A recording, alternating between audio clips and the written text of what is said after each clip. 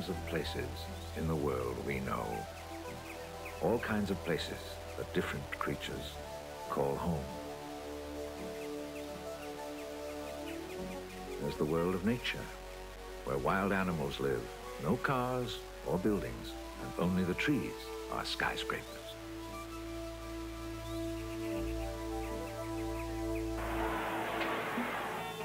Then there's the man-made world of the cities, built of concrete and steel, glass and chrome.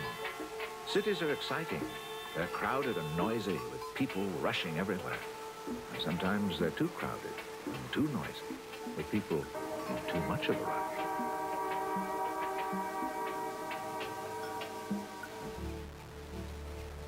Let's journey to a land where the air is always clean and the only noise is the beautiful sound of animals talking to each other.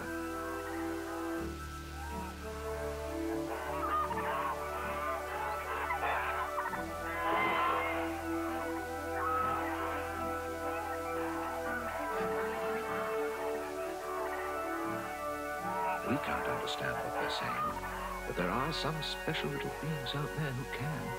They're called the gnomes. The animals are their neighbors, and their neighborhood is the world.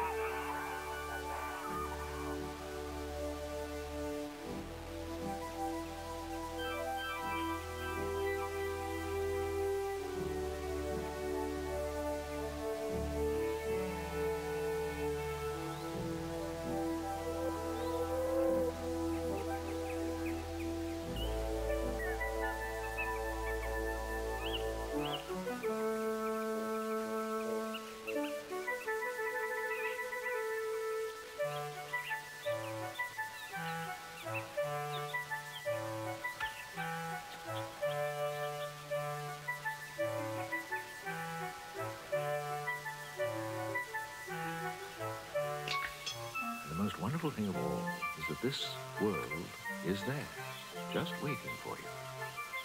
So come with me to the world of the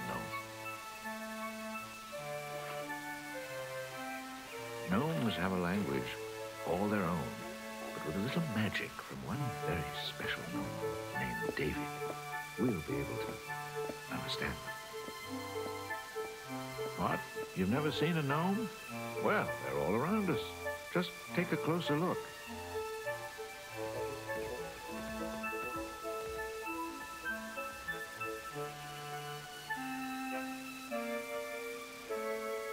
Let me show you the secret world, the stuff that dreams are made of. They're little people with full-sized hearts.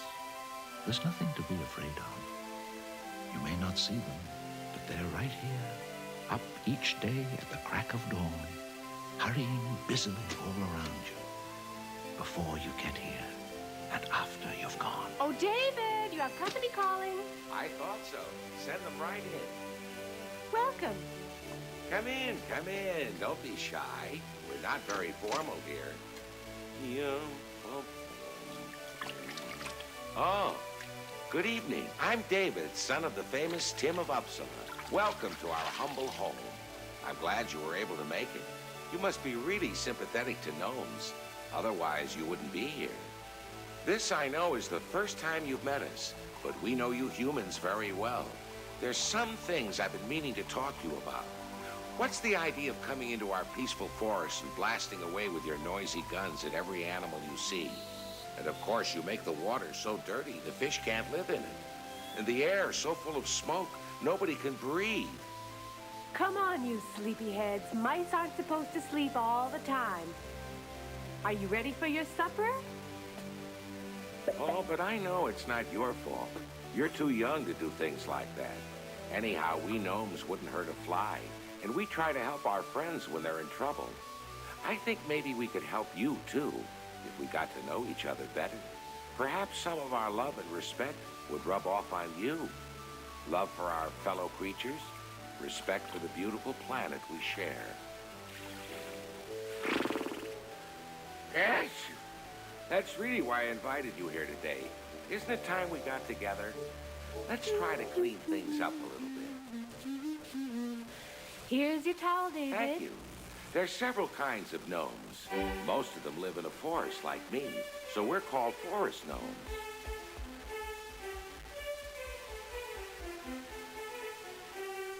Then there are dune gnomes that live in the sand. This is a garden gnome. He's a regular fussbudget. Trespassers! This busy gentleman is a house gnome. There aren't many like him. Hello. Goodbye. And lastly, we find my distant cousin, the Siberian gnome.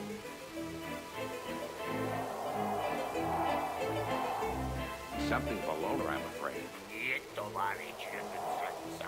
You can see what I mean.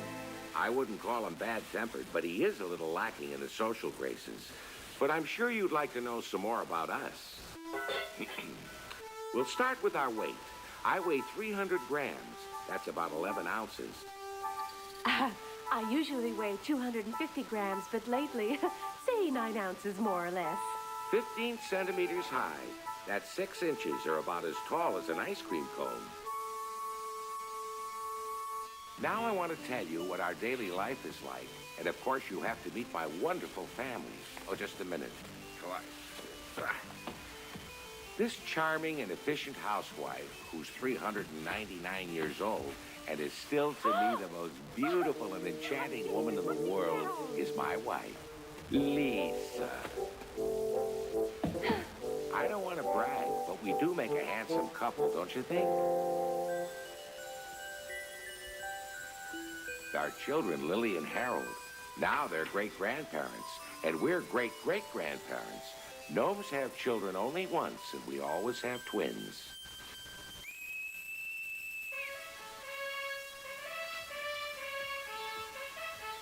This is Swift, our faithful friend, the fox. He's always ready to carry Lisa and me anywhere in the world. I help him scratch in places he can't reach. We gnomes may be small, but we're 7 times stronger than a human being.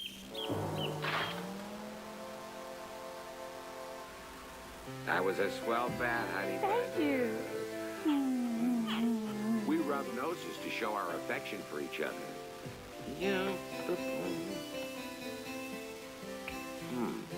I forgot to clean out the mouse basket. This is our watchman, Cricket. His name is Corky.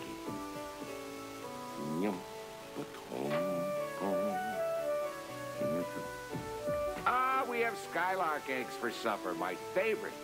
But don't think we steal them. What happens is they can't hatch all the eggs they lay, and they give us the ones that are left over. Now, don't think the skylark eggs are the only thing we have to eat. We have all kinds of good things.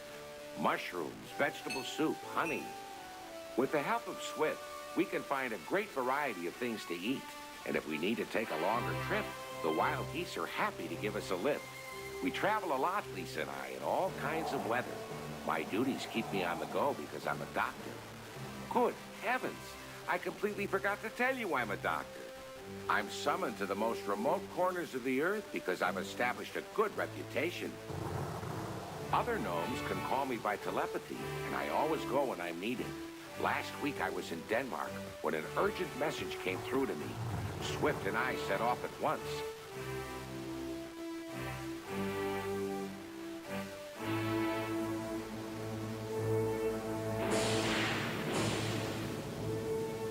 The patient I was hurrying to get to was a goat.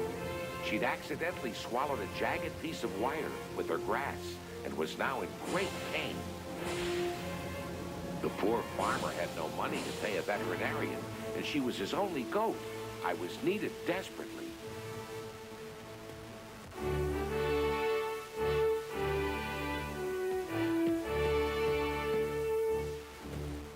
Hello, Good friend. evening. David, thank you for coming so quickly. There isn't a minute to lose. Come on, this way.